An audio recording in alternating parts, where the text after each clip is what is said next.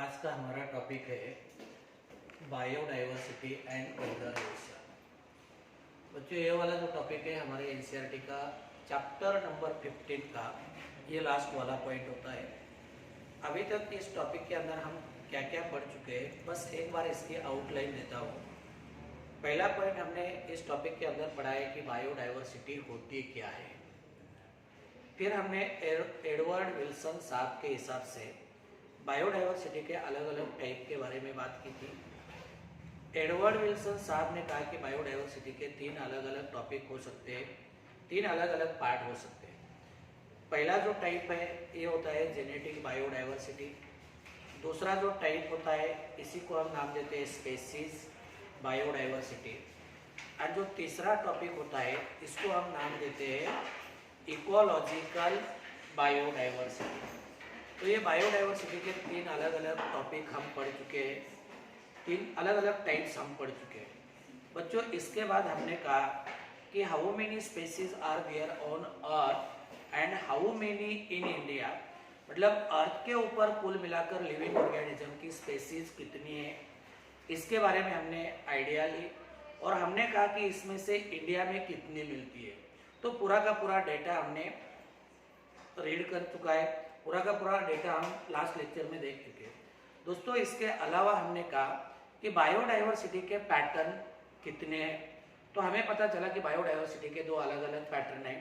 पहला पैटर्न हमने पढ़ा है, ये वाला पैटर्न का नाम होता है लैटिट्यूडिनल ग्रेडियंट। एंड जो दूसरा पैटर्न हमने इसके अंदर पढ़ा है ये होता है स्पेसीज एरिया रिलेशनशिप। फिर इसके बाद हमने कहा कि बायोडाइवर्सिटी हमारे इकोसिस्टम के लिए कितनी इम्पोर्टेंट है, मतलब importance of biodiversity to ecosystem. आखिर बायोडाइवर्सिटी हमारे इकोसिस्टम के लिए कितनी इम्पोर्टेंट है, इसकी हमने बात की थी। साथ साथ इसके बाद हमने पढ़ा कि बायोडाइवर्सिटी का लॉस हो रहा है। तो हमें पता चला कि बायोडाइवर्सिटी का लॉस हो रहा है। फिर इसके बाद हमने कहा कि अगर बायोडाइवर्सिटी का लॉस हो रहा है तो इसके पीछे कोई ना कोई रीजन होंगे, कोई ना कोई कॉजेस होंगे। तो बायोडाइवर्सिटी के कॉजेस का हमने पता किया। 4 एविल क्वार्टेट है जिसकी वजह से बायोडाइवर्सिटी का लॉस होता है, ये भी हमने पढ़े हैं। इन 4 एविल क्वार्टेट से पहले वाला आता है हैबिटेट लॉस एंड फ्रेगमेंटेशन, दूसरा आता है ओवर एक्सप्लॉयटेशन, तीसरा आता है एलियन स्पेसीज इन्वेजन, एंड बच्चों जो लास्ट आता है इसी को हम नाम देते हैं को एक्सटिंक्शन। तो बायोडाइवर्सिटी का लॉस हो रहा है, यस हो रहा है। किसकी वजह से हो रहा है? तो ये 4 एविल क्वार्टेट हमने पढ़े। 4 मेन रीजन है तो बहुत सारे, लेकिन 4 मेन रीजन की वजह से बायोडाइवर्सिटी का लॉस हो रहा है। और इसके बाद अगर बायोडाइवर्सिटी का लॉस हो रहा है तो बच्चों कहीं ना कहीं हमें सोचना है कि बायोडाइवर्सिटी बचानी चाहिए। क्यों बचानी चाहिए, इसका एक रीजन बताता हूँ। हमने रिवेट पॉपर हाइपोथेसिस पढ़ा है। रिवेट पॉपर हाइपोथेसिस कहता है कि अगर एक एक पैसेंजर एरोप्लेन से एक एक रिवेट यानी कि नट बोल्ट की चोरी करे तो बच्चों एक दिन ऐसा आता है कि पूरे के पूरे एरोप्लेन के नट बोल्ट की चोरी हो जाएगी और फाइनली एरोप्लेन उड़ान ही नहीं भरेगा। और मान लीजिए अगर उड़ान भरेगा तो फिर ये तुरंत क्या हो जाएगा, क्रैश हो जाएगा। तो इसी तरह से अगर एक एक स्पेसीज अर्थ सरफेस से चली जाती है तो करते करते करते करते पूरी की पूरी स्पेसीज खत्म हो जाएगी और अल्टीमेटली हम भी अर्थ सरफेस से चले जाएंगे यानी कि एक्सटिंक्ट होंगे। तो बच्चों इसी कारण की वजह से हमें बायोडाइवर्सिटी का कंजर्वेशन करना है। तो ये हमारा आज का पॉइंट है, बायोडाइवर्सिटी कंजर्वेशन। अच्छा, आप जब भी बच्चों इकोलॉजी पढ़ते हैं आपको पहले ही टॉपिक में ऑर्गेनिज्म पॉपुलेशन में पढ़ाया जाता है कि इकोलॉजी में अक्सर 2 क्वेश्चन पूछे जाते हैं। कितने क्वेश्चन? 2 क्वेश्चन। इधर देखिए, ये जो पहले वाला क्वेश्चन होता है ना बच्चों, ये पहले वाला क्वेश्चन होता है व्हाई। पहले वाला क्वेश्चन क्या होता है? व्हाई। एंड दूसरे वाला क्वेश्चन होता है हाउ। मतलब कोई इकोलॉजिकल प्रोसेस हो रही है तो व्हाई यानी कि ये क्यों हो रही है, और अगर हो रही है तो फिर कैसे हो रही है। तो इकोलॉजी में अक्सर ये हमें 2 क्वेश्चन पुट करने पड़ते हैं। एक होता है व्हाई, दूसरा होता है हाउ। अब बस इन्हीं 2 क्वेश्चन के आंसर हम ढूंढेंगे बायोडाइवर्सिटी कंजर्वेशन। जो पहला क्वेश्चन है, बस एक मैं हल्की सी आइडिया देता हूं। ये जो पहला क्वेश्चन है, पहला क्वेश्चन कहता है कि why should we conserve biodiversity? Why should we conserve biodiversity? यानी कि आखिर हमें क्या जरूरत पड़ी कि हमें बायोडाइवर्सिटी का कंजर्वेशन करना है। पहला क्वेश्चन देखिए, पहला क्वेश्चन क्या पूछता है, why should we conserve biodiversity? हमें बायोडाइवर्सिटी क्यों बचानी है? मान लीजिए एक बार हमें पता चला कि क्यों बचानी है, तो तुरंत हम दूसरा क्वेश्चन पुट करते हैं, और ये दूसरा क्वेश्चन कौन सा होता है, how do we conserve biodiversity? How do we conserve biodiversity? तो आखिर हम बायोडाइवर्सिटी का कंजर्वेशन कैसे करें, बस ये वाले आज के लेक्चर में हमें इन दो क्वेश्चन के आंसर ढूंढने हैं।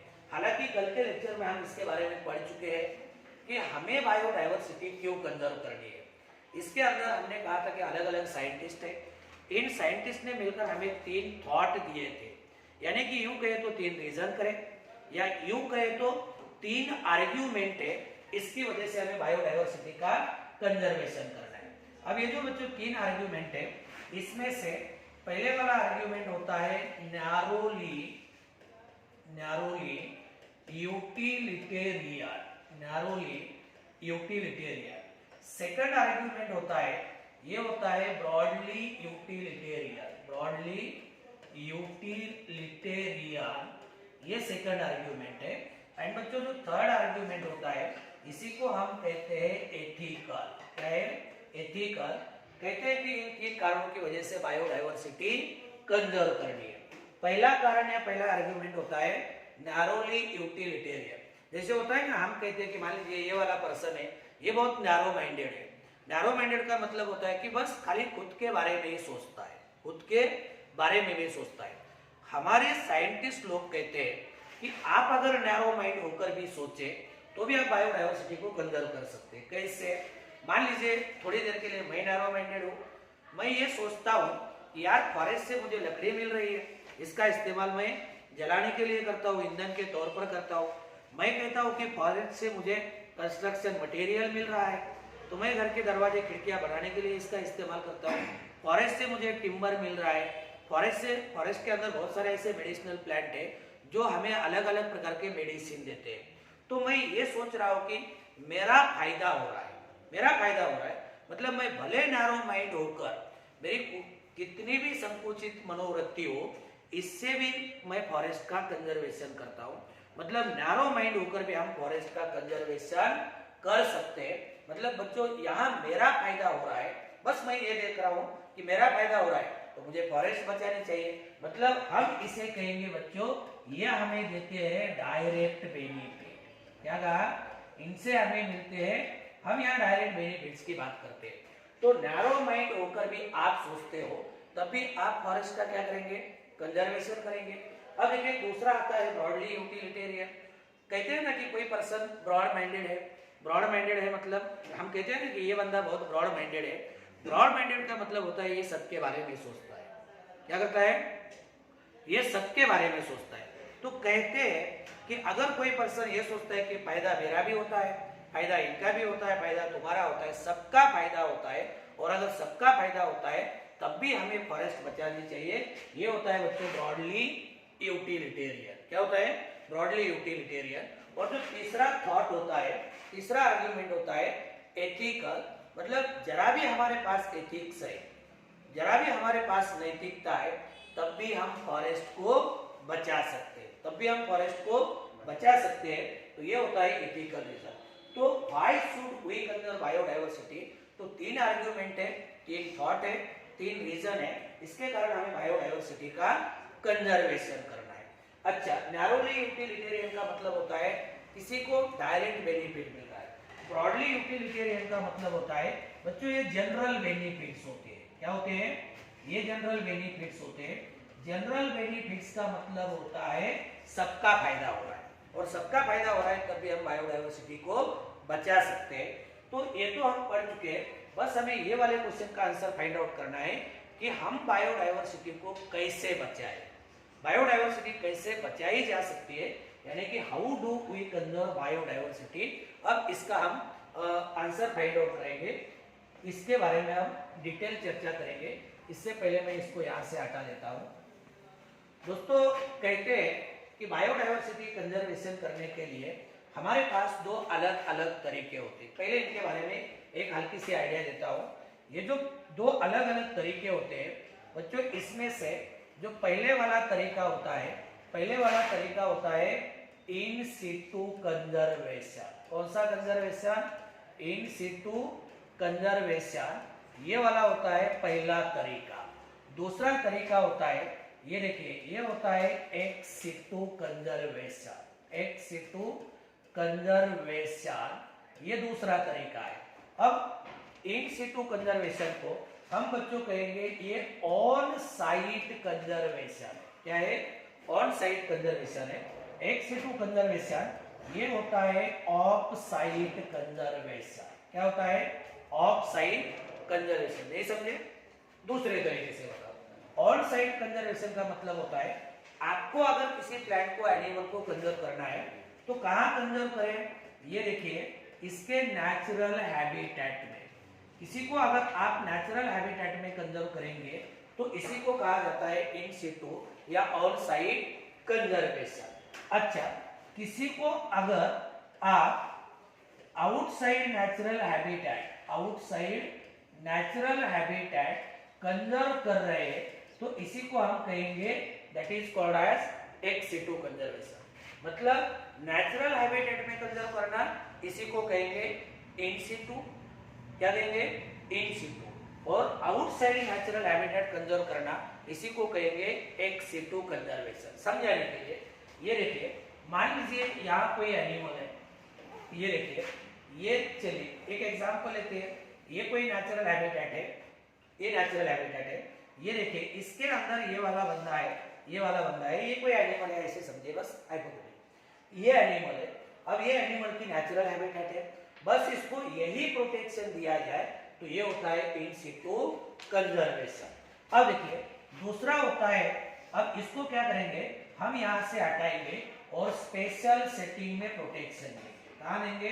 स्पेशल सेटिंग में।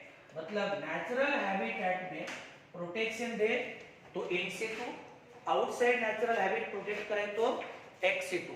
दूसरे तरीके से बता देता हूँ।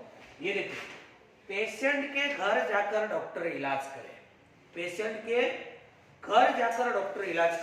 ये होता है इन सिटू कंजर्वेशन।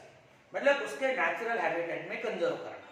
पेशेंट के घर जाकर डॉक्टर इलाज करे तो इसी को कहते हैं इन सिटू कंजर्वेशन या ऑन साइट कंजर्वेशन, या इसे कहते हैं conservation in its natural habitat. अब दूसरा देखिए, पेशेंट को घर से हटाए, मतलब पेशेंट को घर से निकाले, दवाखाने के अंदर एडमिट करे और फिर उसका इलाज करे, ये होता है आउटसाइड नेचुरल हैबिटेट।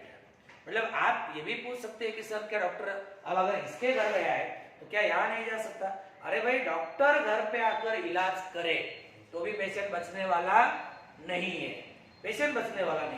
तो बेहतर है कि पेशेंट को घर से उठाइए, दवाखाने के अंदर एडमिट करिए, आईसीयू में भर्ती करिए, वहां उसका इलाज करिए। तो कहते हैं कि नेचुरल हैबिटेट के बाहर प्रोटेक्शन दे, इसमें स्पेशल सेटिंग में। तो ये होता है बच्चों एक्स सिटू कंजर्वेशन।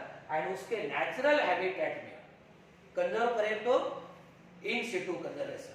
मतलब जो जहां है वही प्रोटेक्ट करे तो इन सिटू, और आउटसाइड नेचुरल हैबिटेट तो एक्स सिटू।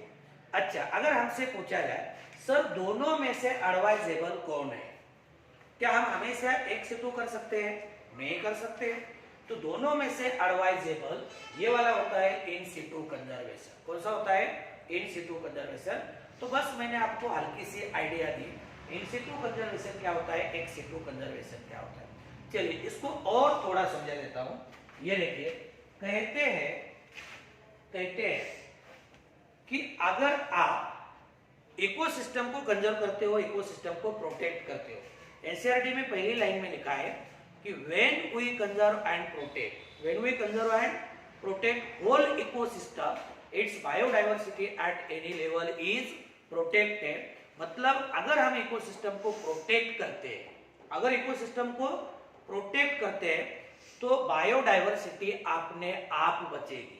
मतलब आप पहले इकोसिस्टम को कंजर्व करिए, आप इकोसिस्टम को प्रोटेक्ट करिए, इसके अंदर बायोडाइवर्सिटी अपने आप बचेगी। नहीं समझे? ओके, ये देखिए दूसरी लाइन में बता देता हूं। when we save entire forest, when we save entire forest, ये देखिए when we save entire forest to save tiger, इसको मैं ऐसे कह सकता हूं, we save entire forest to save tiger। बस हमें यहाँ करना क्या है, ये वाला फॉरेस्ट है, ये फॉरेस्ट को बचाना है। क्या करना है? फॉरेस्ट को बचाना है। बच्चों फॉरेस्ट को बचाए, एंटायर फॉरेस्ट को बचाए तो फॉरेस्ट के अंदर टाइगर अपने आप बच जाएगा। मतलब जो पहले लाइन कही थी ना कि आप इकोसिस्टम को बचाइए, बायोडाइवर्सिटी अपने आप बचेगी। मतलब हम चाहते हैं कि टाइगर बचाया जाए, तो टाइगर बचाने के चक्कर में मत पड़िए, आप पहले फॉरेस्ट को बचाइए, फॉरेस्ट के अंदर टाइगर अपने आप बचेगा, टाइगर अपने आप बचेगा। बच्चों यही तो कहलाता है इन सिटू कंजर्वेशन। क्या कहलाता है? इन सिटू कंजर्वेशन। अगर इसको दूसरे तरीके से बताना है तो मान लीजिए किसी फॉरेस्ट के अंदर, किसी जंगल के अंदर कोई प्लांट या एनिमल एंडेंजर्ड या थ्रेटन है। कैसा है? इधर देखिए, कोई प्लांट या एनिमल ये अगर एंडेंजर्ड या थ्रेटन है और इसके बचने के चांसेस बिल्कुल नहीं है, मतलब इसका पॉपुलेशन इतना कम हुआ है कि नियर बाय फ्यूचर में ये वाला प्लांट या एनिमल स्पीशीज अर्थ सरफेस से चली जाएगी। तो और अगर इस तरह की सिचुएशन आ जाए तो हम क्या करेंगे, उनको उनके नेचुरल हैबिटेट से उठाएंगे, किसी स्पेशल सेटिंग के अंदर उनको रखेंगे और वहां उनको प्रोटेक्ट करेंगे। तो ये हल्की सी आउटलाइन इन सिटू एक्स सिटू कंजर्वेशन की। अब एक एक करके हम इन दोनों को डिटेल पढ़ेंगे। पहले बच्चों हम पढ़ते हैं किसके बारे में? पहले बात करेंगे इन सिटू कंजर्वेशन। अच्छा, दूसरा नाम क्या है इसका? Yes, very good. क्या कहा आपने? इसे कहेंगे सर ऑन साइट कंजर्वेशन या conservation in natural habitat, that is called as in situ conservation. जैसे आप एनसीईआरटी ओपन करते हो ना, हमारे एनसीईआरटी ये वाले पॉइंट की शुरुआत बहुत एक खूबसूरत लाइन से करती है। एनसीईआरटी कहती है कि सर हमारे मन में एक कॉन्फ्लिक्ट चल रहा है। क्या चल रहा है? एक कॉन्फ्लिक्ट चल रहा है, एक उधेड़बुन चल रही है, हमारे मन में एक द्वंद्व चल रहा है, समझ में नहीं आ रहा कि करे तो क्या करे, समझ में नहीं आ रहा कि हम करें तो क्या करें। और ये कॉन्फ्लिक्ट पूछा है कौन सा है? तो बच्चों ये कॉन्फ्लिक्ट होता है डेवलपमेंट। ये कॉन्फ्लिक्ट कौन सा है? Development versus conservation. ये वाला कॉन्फ्लिक्ट हमारे मन में चल रहा है। बच्चों जैसे जैसे आप इन दोनों वर्ड को समझेंगे, आप खुद सोचने में मजबूर हो जाएंगे, यार बात तो सही है। आप खुद सोचेंगे कि बात सही है। मतलब हमें ये समझ में नहीं आ रहा कि हम डेवलपमेंट करें या कंजर्वेशन करें। हम ये सोचते हैं कि डेवलपमेंट करेंगे तो कंजर्वेशन नहीं होगा, और कंजर्वेशन करेंगे तो फिर डेवलपमेंट नहीं होगा, बात आती है डेवलपमेंट का मतलब क्या है। दोस्तों डेवलपमेंट का मतलब होता है हमें नई सड़कें बनानी है, वी हैव टू कंस्ट्रक्ट चीजें, मतलब चीजों को कंस्ट्रक्ट करना है। मतलब वी हैव टू, मतलब हमें नए रोड्स बनाने हैं, नए डैम्स बनाने हैं, इरिगेशन कैनल्स बनाने हैं, नए रेल ट्रैक बनाने हैं, साथ साथ हमें नई बिल्डिंग्स बनानी है, नई इंडस्ट्रीज लगानी है। बात आती है कि अगर डेवलप करना है तो इन चीजों को कंस्ट्रक्ट करना पड़ेगा। जब हम डेवलप्ड कंट्रीज की तरफ देखते हैं, जैसे कि जापान की बात करें, जर्मनी की बात करें, इटली की बात करें, फ्रांस की बात करें, अमेरिका की बात करें, चाइना की बात करें, बच्चों ये डेवलप्ड कंट्रीज है। इनके पास बड़ी बड़ी सड़कें हैं, इनके पास बड़ी बड़ी इंडस्ट्रीज है, इनके पास बड़ी बड़ी बिल्डिंग्स है, इनके पास बड़े बड़े डैम्स है। तो हम चाहते हैं कि हम भी डेवलप्ड कंट्री बने, तो फिर हमें क्या करना पड़ेगा? चीजों को कंस्ट्रक्ट करना पड़ेगा। अब आप मुझे बताइए कंस्ट्रक्शन कहाँ करें? जो ऑलरेडी खुली जगह थी ये लोगों ने घर बनाकर ऑक्युपाइड करके रखी है, लोग वहां घर बनाकर रह रहे हैं, मतलब ये जगह ऑलरेडी ऑक्युपाइड है। दूसरी बात आती है कि खेती बाड़ी करते हैं, जिस जमीन के अंदर हम खेती बाड़ी करते हैं अगर उसका इस्तेमाल डेवलपमेंट के लिए करें तो फिर फूड ग्रेन कहाँ से आएगा, हम क्या खाएं। तो अब हमारे पास एक ही ऑप्शन बचा है फॉरेस्ट।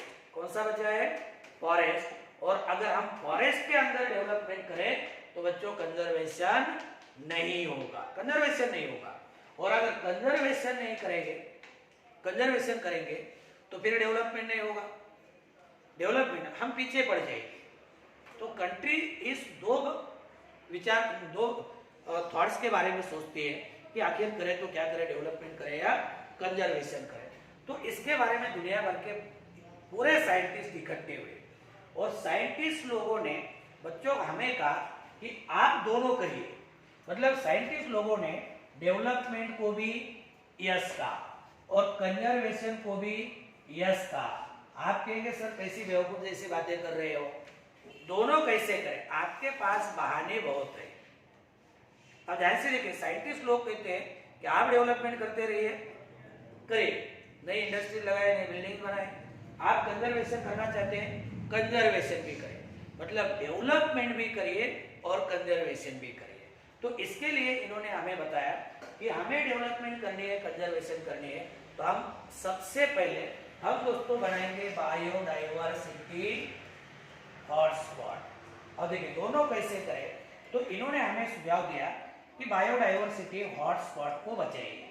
बात आती है बायोडाइवर्सिटी हॉटस्पॉट क्या होते हैं दोस्तों, ये ऐसे रीजन होते हैं जहाँ स्पेसीज रिचनेस बहुत ज्यादा है। ध्यान से देखिए, ये देखिए यहाँ क्या होता है, यहाँ हाई स्पेसीज रिचनेस है। क्या है, हाई स्पेसीज रिचनेस। इसका मतलब होता है ये वो एरिया है जहाँ अलग अलग प्रकार की बहुत सारी स्पेसीज है, तो स्पेसीज रिचनेस ज्यादा है। और दूसरा होता है ये वाला एरिया क्या करता है, it shows high degree of endemism. क्या शो करता है, high degree of endemism. Endemism का मतलब होता है यहाँ जो स्पेसीज मिल रही है ये कहीं और नहीं मिलेगी, मतलब species confined to that region only, बस इसी जगह मिलेगी, कहीं नहीं। तो स्पेसीज रिचनेस ज्यादा है, एंडेमिज्म ज्यादा है, तो हमारी प्रायोरिटी ये होती है कि हम बायोडाइवर्सिटी हॉटस्पॉट को बचाइए, बायोडाइवर्सिटी हॉटस्पॉट को बचाइए। अब दोस्तों कहते हैं कि अगर मैं शुरुआत की बात करूं तो कहते हैं पूरी दुनिया के अंदर इनिशियली, पूरी दुनिया के अंदर इनिशियली बच्चों 25 बायोडाइवर्सिटी हॉटस्पॉट थे। कितने थे, पूरी दुनिया में बायोडाइवर्सिटी हॉटस्पॉट छाटे गए तो ये 25 मिले। कितने मिले, 25। इसके बाद बच्चों 9 नए ऐड किए। अब 25 + 9 आज दुनिया के अंदर कितने हैं, 34 बायोडाइवर्सिटी हॉटस्पॉट है। कितने हैं, 34 बायोडाइवर्सिटी हॉटस्पॉट है। अब देखिए इसमें से, हालांकि ये जानकारी एनसीईआरटी के अंदर नहीं है, लेकिन आपको समझाने के लिए ये जो बच्चों 25 होते हैं, ये 25 जो पहले वाले थे ना, ये पूरे के पूरे टेरेस्ट्रियल है। कौन से हैं, टेरेस्ट्रियल। और जो बाद में बनाए ये बच्चों कौन से, ये एक्वेटिक है। तो 25 + 9 कुल मिलाकर कितने हो गए, कितने हो गए, बंद पढ़ लो। हाँ, ये कितने हो गए, 34 बायोडाइवर्सिटी हॉटस्पॉट हो गए। कितने हो गए, 34। अच्छा, इसमें से 25 जो पहले बनाए ये टेरेस्ट्रियल है, जो बाद में बनाए ये एक्वेटिक है। अब कहते हैं सर इंडिया में इसमें से कितने हैं, तो चलिए मैं बात करता हूँ इंडिया की। हमारे कंट्री के अंदर बच्चों इसमें 3 आते हैं। कितने आते हैं, 3 आते हैं। ये देखिए, जो सबसे पहला आता है ये वाला होता है Western Ghat and Sri Lanka. Western Ghat and Sri Lanka, ये वाला पहला बायोडाइवर्सिटी हॉटस्पॉट है। ये श्रीलंका वगैरह होता है ना, वो राम सेतु वाला एरिया होता है, तो ये वाला एरिया होता है वेस्टर्न घाट एंड श्रीलंका। दूसरा जो होता है ना बच्चों, ये होता है इंडो बर्मा। कौन सा है, इंडो बर्मा, ये बॉर्डर वाला एरिया होता है। एंड तीसरा होता है, ये होता है हिमालय। कौन सा होता है, हिमालय। तो दुनिया के अंदर बायोडाइवर्सिटी हॉटस्पॉट कितने? 34। इंडिया के अंदर कितने? 3। एक वेस्टर्न घाट एंड श्रीलंका, दूसरा इंडो बर्मा एंड तीसरा होता है हिमालय। अब देखिए, अब ध्यान से देखिए मैं कहना क्या चाहता हूँ। बायोडाइवर्सिटी हॉटस्पॉट कितने हैं दुनिया में? 34। कितने? 34 बायोडाइवर्सिटी हॉटस्पॉट बच्चों कहते हैं दे कवर्स ओनली 2% लैंड एरिया। अरे इससे भी कम है लैंड एरिया, और अच्छे से कहे तो 2% से भी कम ज्यादा एरिया कवर करते हैं। मतलब ये दुनिया की कितनी लैंड का इस्तेमाल कर रहे हैं? अरे बायोडाइवर्सिटी हॉटस्पॉट दुनिया की बस 2% से भी कम ज्यादा एरिया को कवर कर रहे हैं। लेकिन ये देखिए कहते हैं reduces ongoing mass extinction by 30%। कितनी गजब की बात है। कितना लैंड एरिया इस्तेमाल कर रहे हैं? इनके लिए बस 2% लैंड एरिया का इस्तेमाल कर रहे हैं। कितने?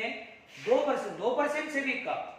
लेकिन 30% ऑन गोइंग मास एक्सटिंक्शन को बचा रहे हैं, मतलब ये बहुत हो गया।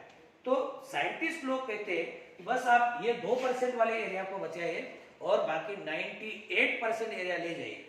आप क्या डेवलपमेंट करते रहिए, लेकिन आप ये 2% एरिया को यानी कि बायोडाइवर्सिटी हॉटस्पॉट को डिस्टर्ब नहीं कर सकते। तो ये एक तरीका हो गया कि बायोडाइवर्सिटी बचाने के लिए हम क्या करें? बायोडाइवर्सिटी हॉटस्पॉट बनाएं। क्या बनाएं? Biodiversity hotspot. बच्चों इसके बाद एक दूसरा तरीका हमारे पास आता है। ये दूसरा तरीका होता है लीगल तरीका होता है। लीगली हम बायोडाइवर्सिटी को बचा सकते हैं। लीगली कैसे बचा सकते हैं? हम संसद के अंदर कानून बनाएंगे। क्या बनाएंगे? कानून बनाएंगे, और कानून के तहत बच्चों हम बनाएंगे, ये देखिए हम बनाएंगे बायोस्फीयर रिजर्व। क्या बनाएंगे? बायोस्फीयर रिजर्व बनाएंगे। इसके अंदर हम बनाएंगे नेशनल पार्क्स। क्या बनाएंगे? National parks. इसके साथ साथ बच्चों हम बनाएंगे वाइल्ड लाइफ सेंचुरीज। ये बच्चों लीगल तरीके हैं। क्या है? लीगल तरीके।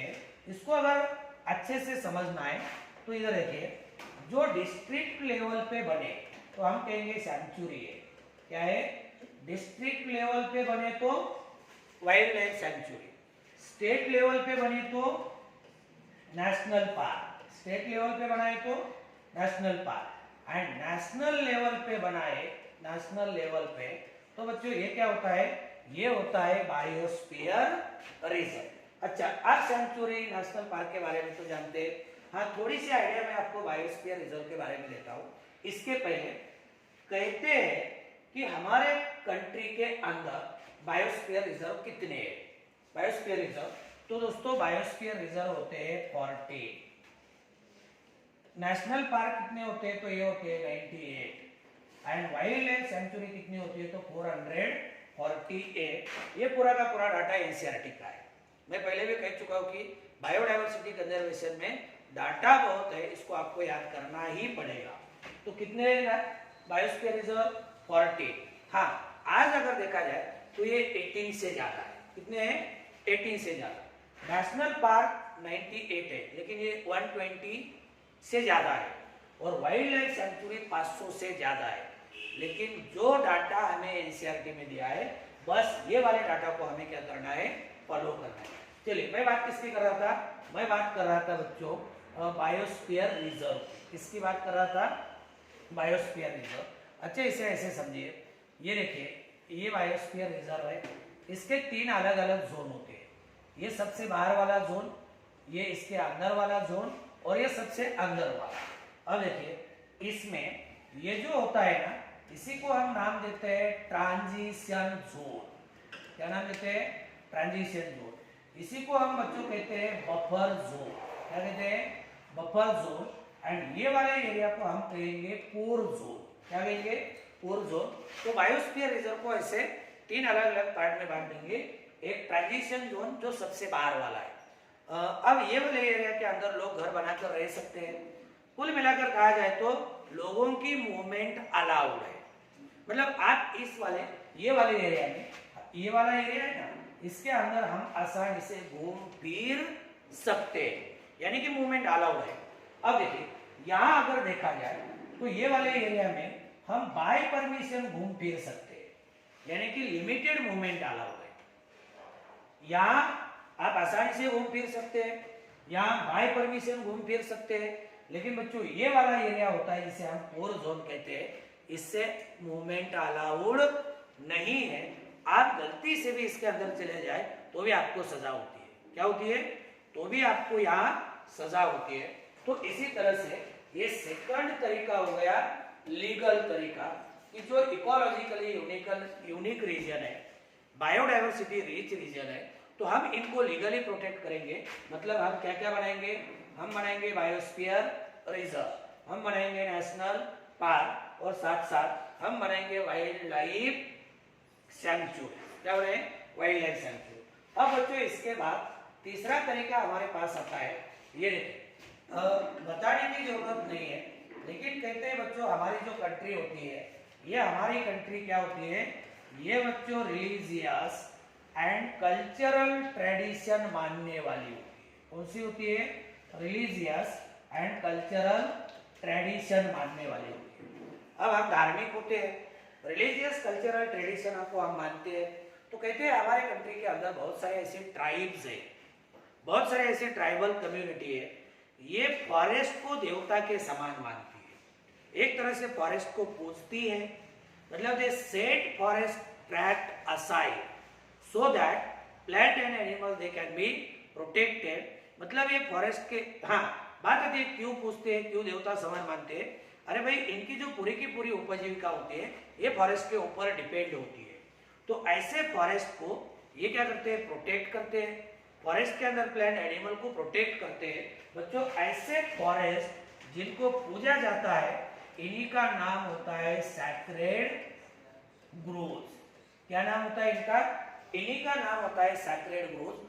मराठी में इसे हम पवित्र उपवन कहेंगे। क्या कहेंगे? पवित्र उपवन कहेंगे। मतलब ये वाले लोग जो होते हैं ट्राइबल कम्युनिटी के, ये फॉरेस्ट के अंदर पेड़ पौधों की कटाई नहीं होने देते। अरे खुद भी नहीं करते, किसी और को करने नहीं देते। किसी एनिमल की शिकार खुद भी नहीं करेंगे, किसी और को करने नहीं देते हैं।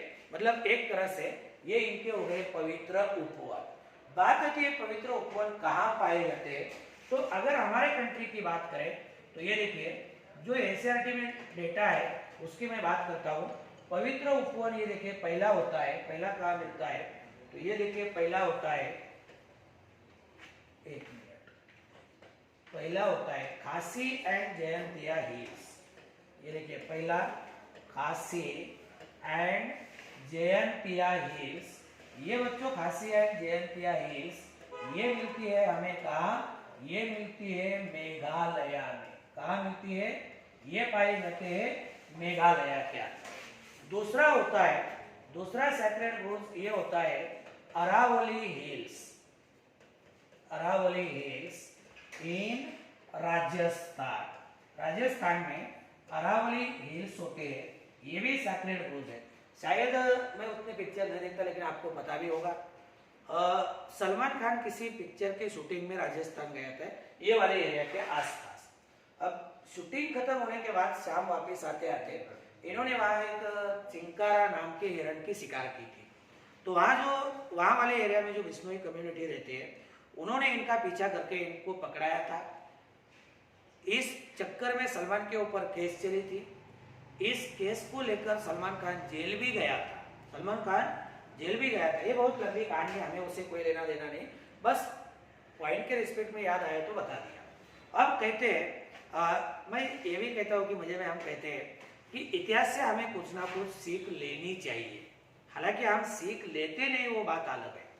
जैसे कि आप सबको पता है रामायण में आपने सुना होगा कि सीता को सोने का हिरण चाहिए था, तो राम उस हिरण के पीछे पीछे चले गए, सीता चोरी हो गई।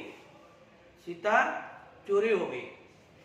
अब सलमान ने कुछ सीखना था, अब सलमान ने कुछ सीखा नहीं, वो भी हिरण के चक्कर में फंस गया, ऐश्वर्या राय चली गई। अब हमें कोई लेना देना नहीं है, लेकिन कहते हैं कि ये ऐसे इतिहास से कुछ ना कुछ सीख लेनी चाहिए। और गजब की बात देखिए, जब राम पास में थे तो सीता को सोने का हिरण चाहिए था, और संजोग से सीता को उठाकर लंका में लाया गया, तो वहां सीता हे राम ही कर रहे थे। मतलब जैसी सिचुएशन आ जाए उसको फेस करना चाहिए, हाँ चीजों के पीछे मत पड़िए। तो चलिए, अरावली हिल्स इन राजस्थान, ये क्या है? ये भी एक सैक्रेड ग्रोव है, पवित्र उपवन है। इसके बाद बच्चों तीसरा आता है, ये वाला होता है तीसरा, कौन सा? ये वाला होता है Western Ghat region, Western Ghat region of Karnataka and Maharashtra, of Karnataka and Maharashtra. Karnataka और महाराष्ट्र का जो वेस्टर्न घाट रीजन है बच्चों, ये भी सैक्रेड ग्रोव्स है। और लास्ट वाला आता है, ये होता है सरगुजा, दूसरा होता है चांदा, एंड लास्ट में आता है बच्चों इसमें बस्तर वाला एरिया आता है। कौन सा? बस्तर। हमारी एनसीईआरटी कहती है कि ये पूरे के पूरे एमपी में, कहाँ है? मध्य प्रदेश में। हालांकि अटल बिहारी जब प्राइम मिनिस्टर थे तो एमपी का डिवीजन हो गया, एमपी से छत्तीसगढ़ स्टेट अलग बना था। कौन सा? छत्तीसगढ़। अब ये वाला जो बस्तर डिस्ट्रिक्ट है, ये बस्तर डिस्ट्रिक्ट आज एमपी में नहीं है, या छत्तीसगढ़ में है।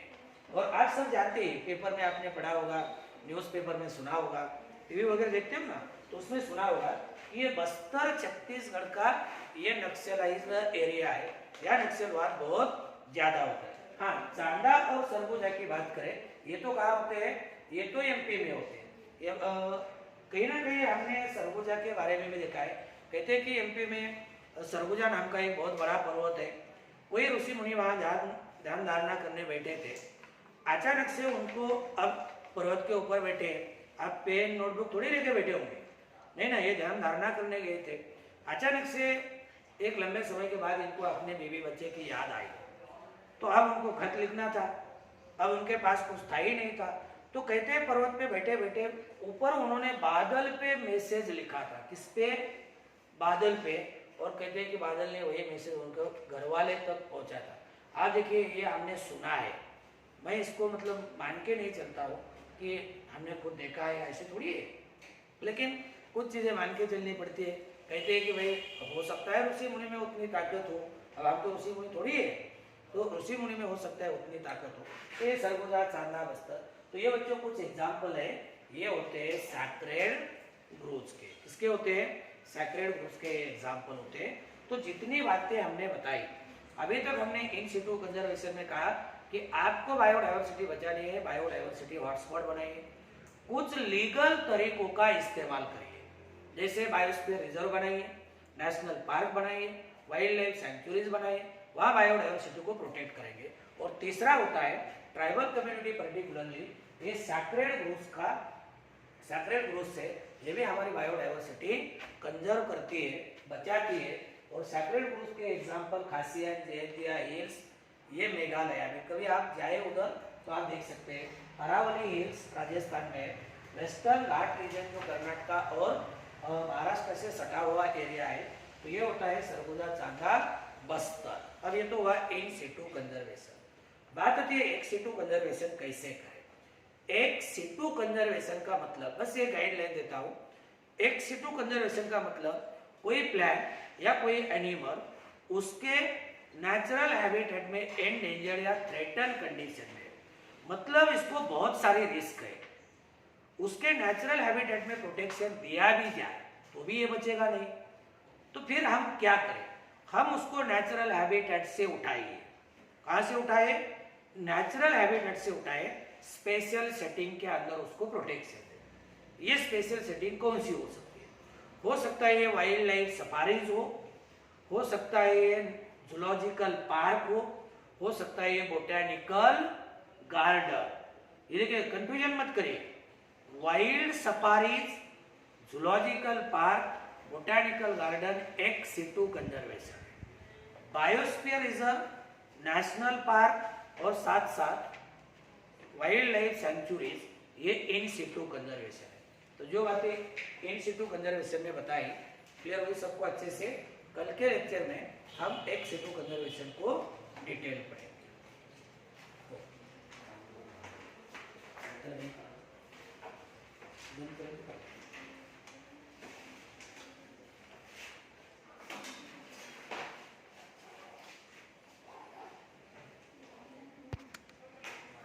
कधी बनतो